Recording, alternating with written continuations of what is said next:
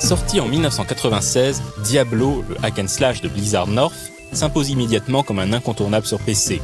Et comme tous les jeux rencontrant un si grand succès, il va également inspirer des imitateurs, qui ne seront d'ailleurs pas forcément dénués d'innovation ou de qualité. C'est le cas de deux jeux français, Explore en 1998, un jeu développé par Heliovision, et Darkstone l'année suivante, créé par Delphine Software.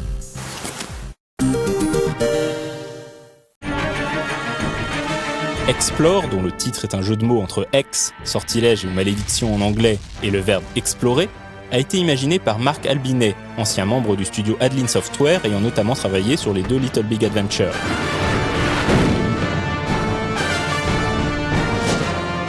Le jeu prend place en l'an 1000, pendant les croisades, et déjà une première indication qu'Explore se déroule dans une réalité alternative, car dans le monde réel, les croisades n'ont commencé qu'en 1095.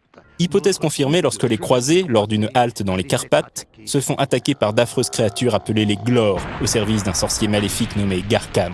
Après l'assaut, la majorité des chevaliers sont faits prisonniers et emmenés dans quelques fiefs secrets. Seul MacBride, un aventurier au menton particulièrement carré, a échappé à la capture. Ce sera désormais à lui de sauver ses compagnons des geôles de Garkam, aidé dans sa quête par des compagnons rencontrés en cours de route, Drulac l'archer, Vigrad le guerrier et Ureus le magicien. À noter que si le groupe par défaut est exclusivement masculin, il est possible de remplacer ses compagnons par d'autres personnages de la même classe, qui incluent plusieurs modèles féminins. C'est parti!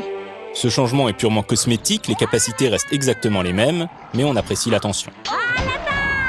Les amateurs de bande dessinée reconnaîtront sans aucun doute une forte influence du style d'Olivier Ledroit sur le character design, même si le dessinateur des Chroniques de la Lune Noire ne semble pas avoir participé au projet. Contrairement à Diablo, on contrôle donc 4 personnages dans Explore. Le joueur peut les diriger indépendamment ou en groupe en les sélectionnant avec sa souris, comme dans un jeu de stratégie temps réel.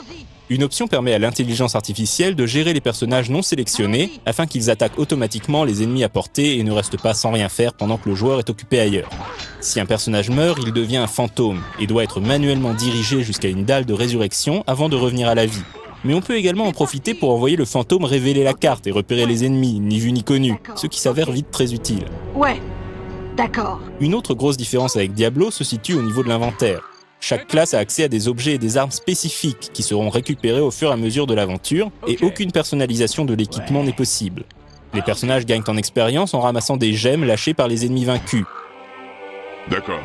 Mais le passage de niveau s'effectue automatiquement lors des changements de chapitre pour les personnages dont la jauge d'XP était remplie au maximum.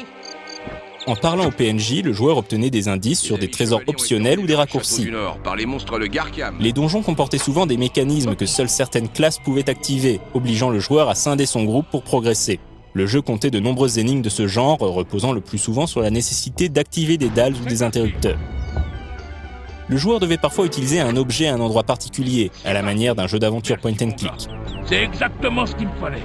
L'autre aspect marquant d'Explore, c'est évidemment ses graphismes. Le jeu était réalisé en voxel, ce qui lui permettait d'afficher des décors en 3D même sur des PC modestes, même si le résultat manquait de finesse et de détails. Je suis le dernier des hommes de pierre.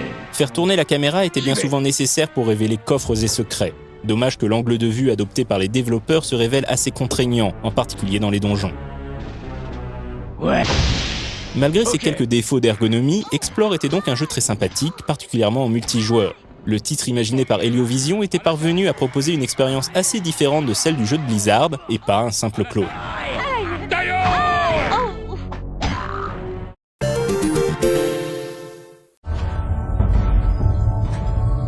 On ne peut pas en dire autant de Darkstone, développé par Delphine Software. Sorti en 1999 sur PC et porté sur PlayStation 2 ans plus tard, le jeu ne cherche pas à cacher le fait qu'il s'agit d'une déclinaison 3D de Diablo. Les fans du jeu de Blizzard se sentiront immédiatement en terrain connu, et il est très possible que c'était exactement ce que cherchait l'équipe de Paul Cuisset, occuper la niche laissée vacante en attendant la sortie de Diablo 2 avec un produit de qualité mais sans prise de risque majeur. Et cette stratégie s'avère payante car Darkstone est un excellent hack and slash. Mais s'il décalque le game design de Diablo, Darkstone parvient malgré tout à proposer quelques innovations sympathiques. Déjà la troisième dimension, qui donne au jeu un style visuel propre, même si les modèles 3D des personnages et ennemis ne sont pas très détaillés et la résolution limitée. Les développeurs avaient d'ailleurs su utiliser des effets de transparence pour éviter que les personnages ne soient cachés par les décors. Ensuite, le choix entre 4 classes différentes, guerrier, mage, voleur et moine, chacune d'entre elles étant disponible en version masculine et féminine. Enfin, le fait qu'on ne crée pas un mais 2 personnages. Tout au long de l'aventure, le personnage principal sera accompagné par un coéquipier contrôlé par une intelligence artificielle rudimentaire. Le joueur peut néanmoins basculer de l'un à l'autre à tout moment afin d'exploiter au maximum les capacités de chaque personnage dans les situations difficiles. Mais évidemment, c'est en mode multijoueur que le jeu révèle son plein potentiel, d'autant que Darkstone propose un mode joueur contre joueur en plus du mode coopératif. Darkstone lorgne également un petit peu plus vers le RPG traditionnel. Par exemple, les personnages possèdent selon leur classe tout un assortiment de compétences secondaires comme le marchandage, la réparation d'objets ou la perception, qu'ils peuvent apprendre et améliorer auprès du sage du village. Congratulations. Your lessons were worthwhile. Le joueur devra également penser à emporter de la nourriture avec lui avant de s'aventurer hors les murs, les personnages ayant régulièrement besoin de se sustenter. I am getting hungry. Mais si au début de l'aventure une simple pomme suffit à leur redonner des forces, il deviendra rapidement essentiel d'enrichir le garde-manger, quitte à sacrifier quelques précieuses cases dans l'inventaire. Le jeu se démarque également de Diablo en proposant des environnements extérieurs, et pas uniquement des donjons, même si ces derniers sont évidemment au cœur de l'expérience de jeu. Comme dans son modèle, les niveaux sont générés semi-aléatoirement, chaque partie est donc un peu différente. L'aventure emmenait le joueur à travers 4 régions, Ardil, Margor, Omar et Serkesh, chacune possédant son style et son atmosphère propre. Le scénario est dans la veine de Diablo malgré la participation du romancier Mathieu Gabory à son écriture. Le maléfique Drak, un sorcier ayant obtenu le pouvoir de se changer en dragon, a invoqué la pierre des ténèbres, dont l'influence délétère pétrifie inexorablement la population. Les vaillants héros devront rassembler 7 cristaux magiques afin de reconstituer l'orbe du temps, seul artefact capable de contrer les effets de la pierre et mettre un terme au règne de terreur de Drak. L'une des particularités de Darkstone est l'existence de nombreuses sous-quêtes plus ou moins cachées, dont le joueur apprendra l'existence en discutant avec les villageois rencontrés de par le monde. Ces quêtes permettent en général de mettre la main sur de puissantes armes et autres objets magiques, facilitant le combat contre Drak et ses légions.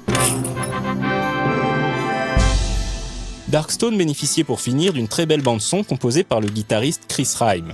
Mais les joueurs se rappellent probablement surtout de la chanson du jeu, The Darkstone Will Shine, interprétée par la chanteuse Audreyne, également connue pour ses nombreux livres pour enfants et recueils de poésie. Cette chanson entêtante pouvait d'ailleurs être écoutée dans le jeu. En effet, Audreyne était présente sur la place du village en tant que PNJ, et il suffisait de déposer une pièce d'or dans son escarcelle pour qu'elle entonne le fameux morceau.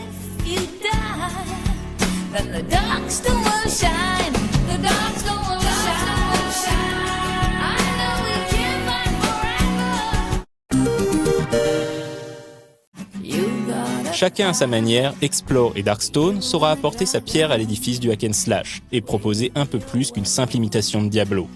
Par un étrange hasard, les développeurs d'Explore, devenus Doki Denki Studio au début des années 2000, rachèteront Delphin Software en 2003, liant la destinée des deux sociétés. Une destinée qu'on aurait espérée plus heureuse, puisque Doki Denki déposera le bilan l'année suivante.